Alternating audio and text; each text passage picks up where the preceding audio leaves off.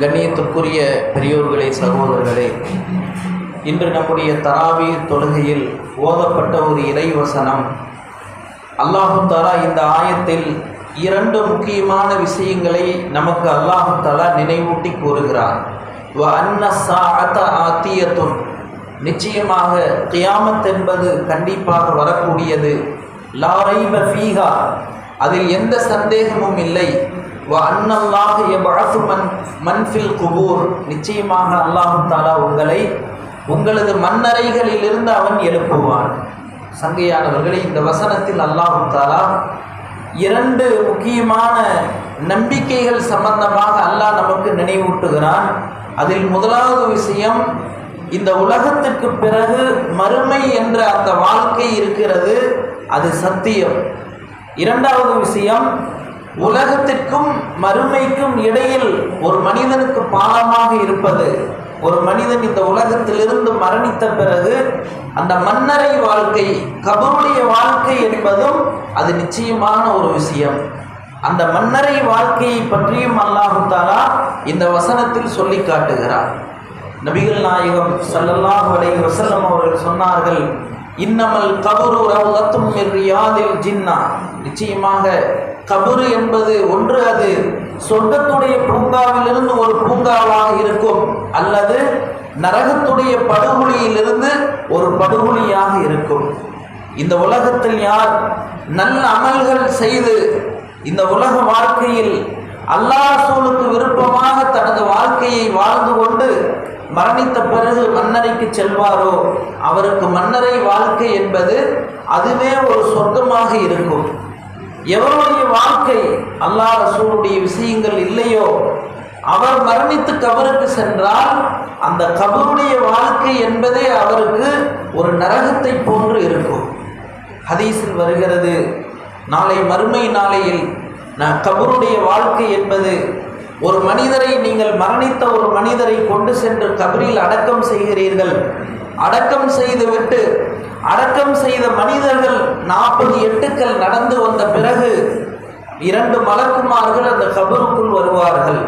மரணித்த அந்த மனிதரை உயிர்ப்பித்து எழுப்பப்படும். அவரிடத்தில் 3 கேள்விகள் கேட்கப்படும். மன் ரப்புக, உன்னுடைய ரப்பு யார்? யார் இந்த உலகத்தில் அல்லாஹ்வுடைய கட்டளைகளின்படி தங்களது வாழ்க்கையை அமைத்திருந்தார்களோ அவர்கள் சொல்லுவார்கள், ரப்பி அல்லாஹ், என்னுடைய ரப்பு அல்லாஹ். இரண்டாவதாக கேட்கப்படும், மன் நபியுக்க, உங்களது நபி யார்? யார் இந்த உலகத்தில் நபி ஸல்லல்லாஹு அலைஹி வஸல்லம் அவர்களுடைய சொல்படி வாழ்ந்தார்களோ அவர்கள் அங்கு சொல்லுவார்கள், எங்களது நபி முஹம்மது நபி ஸல்லல்லாஹு அலைஹி வஸல்லம்.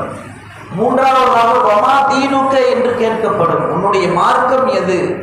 எவருடைய இந்த துன்யாவுடைய வாழ்க்கையில் இஸ்லாம் இருந்ததோ அவர் நாளை மறுமையில் அந்த கபருடைய வாழ்க்கையில் சொல்லுவார், தீனி இஸ்லாம், என்னுடைய மார்க்கம் இஸ்லாம் என்று பதில் சொல்லுவார்.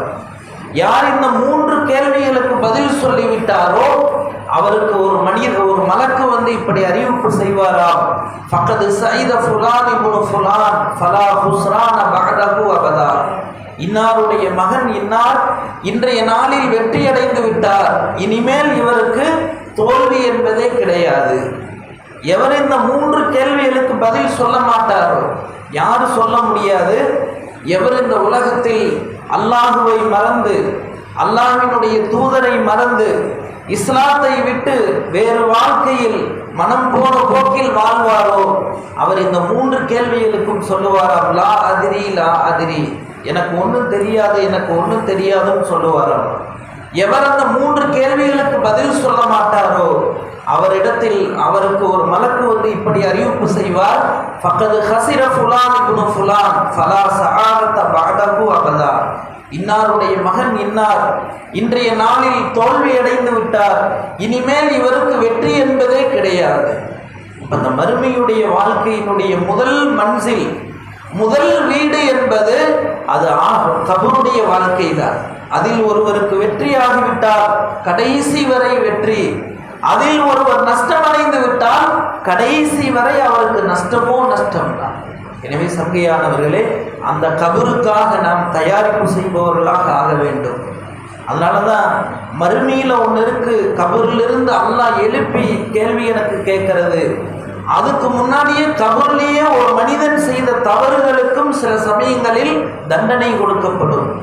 நபி ஸல்லல்லாஹு அலைஹி வஸல்லம் அவர்கள் ஒரு தடவை பிரயாணத்தில் இருக்கிறார்கள்.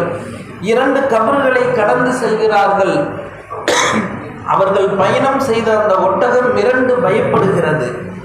அப்போது நபி அவர்கள் சஹாபாக்களை நோக்கி சொன்னார்கள், தோழர்களே, ஒட்டகம் பயப்படுவதற்குண்டான காரணம் என்ன தெரியுமா? இந்த 2 கபராளிகளுக்கும் கபருடைய வேதனை நடைபெறுகிறது. எனவேதான் அந்த சப்தத்தை அறிந்த, அந்த சப்தத்தை கேட்ட வாகனம் மிரளுகிறது என்று சொன்னார்கள். ஒரு சஹாபாக்கள் கேட்பார்கள், அல்லாஹ்வின் தூதரே, அந்த 2 கபராளிகளுக்கும் அவர்கள் அப்படி இந்த துன்யாவில் என்ன தவறு செய்தார்கள், எதற்காக வேதனை செய்யப்படுகிறது? நபி அவர்கள் சொன்னார்கள், தோழர்களே, அவர்கள் பெரிய பாவங்கள் எதுவும் செய்யவில்லை. நீங்கள் சாதாரணமாக நினைக்கிற 2 சிறிய தவறுகள் தான் செய்தார்கள். அதில் ஒன்று, ஒரு கபராளி சிறுநீர் கழித்துவிட்டு அதில் சுத்தம் செய்வதில் அசட்டையாக இருந்தார். நம்மளே நிறைய பேர் பார்த்தா நின்று சிறுநீர் கழிக்கிறது, சிறுநீர் கழிச்சா அதை சுத்தம் செய்யறது இல்லை. அது எவ்வளவு பெரிய சோதனை, கபரில் வேதனை செய்யப்படுகிறது. 2வது கபராளியை பற்றி நபி ஸல்லல்லாஹு அலைஹி வஸல்லம் அவர்கள் சொன்னார்கள், இவர் கோல் பேசி திரிந்ததால் இவருக்கு கபரில் வேதனை செய்யப்படுகிறது. எனவே சங்கையானவர்களே, அந்த கபருடைய வாழ்க்கை சொர்க்க பூங்காவனமாக ஆக வேண்டும். ஹதீஸ்களில் வருகிறது, ஒவ்வொரு நாளும் கபர் மனிதனை பார்த்து இப்படி அறிவிப்பு செய்கிறது. அந்த சப்தத்தை மனிதனை தவிர மற்றுமுள்ள எல்லா ஜீவராசிகளும் கேட்கிறதா. ஒவ்வொரு நாளும் கபர் மன்னரை மனிதனை பார்த்து பேசுகிறது, மனிதா, நீ இந்த பூமியில் உனது இஷ்டப்படி வாழுகிறாய். நாளை ஒரு நாள் என்னிடம் நீ வரக்கூடியவனாக இருக்கிறாய். நான் எப்படிப்பட்ட வீடு தெரியுமா? நான் தனிமையின் வீடு, நான் புழுப்பூச்சிகளின் வீடு, நான் இருளின் வீடு. நீ என் முதுகின் மீது நடந்து கொண்டிருக்கிறாய். நீ அல்லாஹ் ரசூலுடைய வார்த்தைகளின்படி நடந்தால், என்னிடம் வந்தால் உனது வரவு நல்வரவாக இருக்கும். நீ அல்லாஹ் ரசூலுடைய வார்த்தைகளை விட்டு வாழ்ந்தால், நீ என்னிடம் வந்தாய் என்று சொன்னால் உன்னுடைய வரவு கெட்ட வரவாக இருக்கும். ஹதீஸில் வருகிறது, நல்லடியார் கபரில் வைக்கப்பட்டால் கபரு சொல்லுமாம், என் முதுகின் மீது நடந்தவர்களே, அதாவது பூமியில நடந்தவங்களே, நீதான் எனக்கு மிக பிரியமானவன். காரணம், நீ அல்லாஹ் ரசூலினுடைய வார்த்தைகளின் படி நடந்தாய். எனவே இன்று நீ என்னுடைய உபசரிப்பை நீ பார்க்க போகிறாய் என்று சொல்லி கண்ணுக்கு எட்டிய தூரம் வரை கபர் விசாலமாகிவிடும். எவருடைய வாழ்க்கையில் அல்லாஹ் ரசூலுடைய விஷயங்கள் இல்லையோ, தீன் இல்லையோ, கபரு சொல்லுமா, எனது முதுகின் மீது நடந்தவர்களில் எனக்கு மிகவும் வெறுப்பானவன் நீதான். இப்போது நீ என்னுடைய நல்ல உபசரிப்பை காணப்போகிறாய் என்று சொல்லி கபர் அந்த மனிதனை எவ்வளவு நெருக்கும். நபி ஸல்லல்லாஹு அலைஹி வஸல்லம் அவர்கள் இப்படி செய்து காட்டினார்கள். அவனுடைய 2 விலா எலும்புகளும் ஒன்றோடொன்று ஆகும் அளவு கபர் அவனை நெருக்கும். எனவே சங்கையானவர்களே, ஒவ்வொரு மனிதரும் அந்த கபரை சந்திக்க இருக்கிறோம். யார் அதில் வெற்றி அடைந்து விடுவாரோ அவருடைய மறுமையினுடைய எல்லா விஷயங்களும் வெற்றி. எனவேதான் நபி ஸல்லல்லாஹு அலைஹி வஸல்லம் அவர்களுடைய மருமகன் ஹஜ்ரத் உஸ்மான் இப்னு அஃபான் ரலியல்லாஹு அன்ஹு மிகப்பெரிய செல்வந்தர், அல்லாஹ்வுடைய தீனுக்காக வேண்டி நிறைய செலவு செய்தவர்கள். அவர்களுடைய நிலைமை, எப்பொழுதெல்லாம் கபிரிஸ்தானை கடந்து செல்வார்களோ அவர்களினுடைய தாடி நினைகிற அளவு அழுவார்களா. அப்போது மனிதர்கள் அவர்களிடம் கேட்பார்கள், உஸ்மான் அவர்களே, உங்களுக்கு முன்னால் நரகத்தை பற்றி சொன்னால், சொர்க்கத்தை பற்றி சொன்னால் கூட நீங்கள் இவ்வளவு அழுவதில்லை. ஆனால் கபிரிஸ்தானை கடந்தால் மட்டும் உங்களது தாடி நனையும் அளவு அழுகிறீர்களே, என்ன காரணம்? ஹஜ்ரத் சையதுனா உஸ்மான் ரலியல்லாஹு அன்ஹு சொல்வார்களாம், நபி அவர்கள் சொல்ல நான் கேள்விப்பட்டிருக்கிறேன், ஒரு மனிதனுக்கு மறுமையுடைய வீடுகளில் முதல் வீடு இந்த கபரு தான். இது வெற்றியாகிவிட்டால் அனைத்து மன்சில்களும் வெற்றியாகிவிடும், இது தோல்வியாகிவிட்டால் அனைத்தும் தோல்வியாகிவிடும். எனவே அதை கண்டு நான் பயப்பதால் தான் நான் அழுகிறேன் என்று சொன்னார்கள். அதனால தான் நம்ம முன்னோர்கள் ஒரு வார்த்தை சொல்லுவாங்க, எந்த விஷயத்தை செஞ்சாலும் கபரை பயந்துக்குங்க. ஏன்னா அது ரொம்ப முக்கியமான விஷயமா. எத்தனை பல்லாண்டுகள் யாருக்கு தெரியும் அந்த வீட்டில் நாம் தங்க இருக்கிறோம். இன்னைக்கு நம்ம உலகத்தில் பார்க்குறோம், நல்ல வீடு இருக்குதுங்க, வீட்டுக்கு இவ்வளோ வசதி வேணும்னு சொல்லி பார்த்து பார்த்து செய்கிறோம். இந்த உலகத்துடைய வீடு எத்தனை வருஷம்? மிஞ்சி போனால் 100 வருஷம், அதை தாண்டினால் 110, ஒரு 150, அதுக்கு மேலே யார் இருக்க போகிறது? விட்டுட்டு தான் போக போகிறோம். ஆனால் அந்த கபருடைய வீடு எத்தனை வருடங்கள் யாருக்கும் தெரியாது, எத்தனை 1000 வருடங்கள் யாருக்கும் தெரியாது. அந்த வீட்டுக்கு நம்ம எத்தனை வசதிகளை ஏற்படுத்தணும்? எப்படி வசதிகள் ஏற்படுத்துவது? நல்ல அமல்களோடு அந்த கபரை நாம் சந்திக்க வேண்டும்.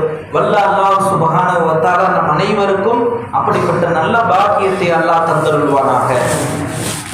அல்ஹம்துலில்லாஹ்.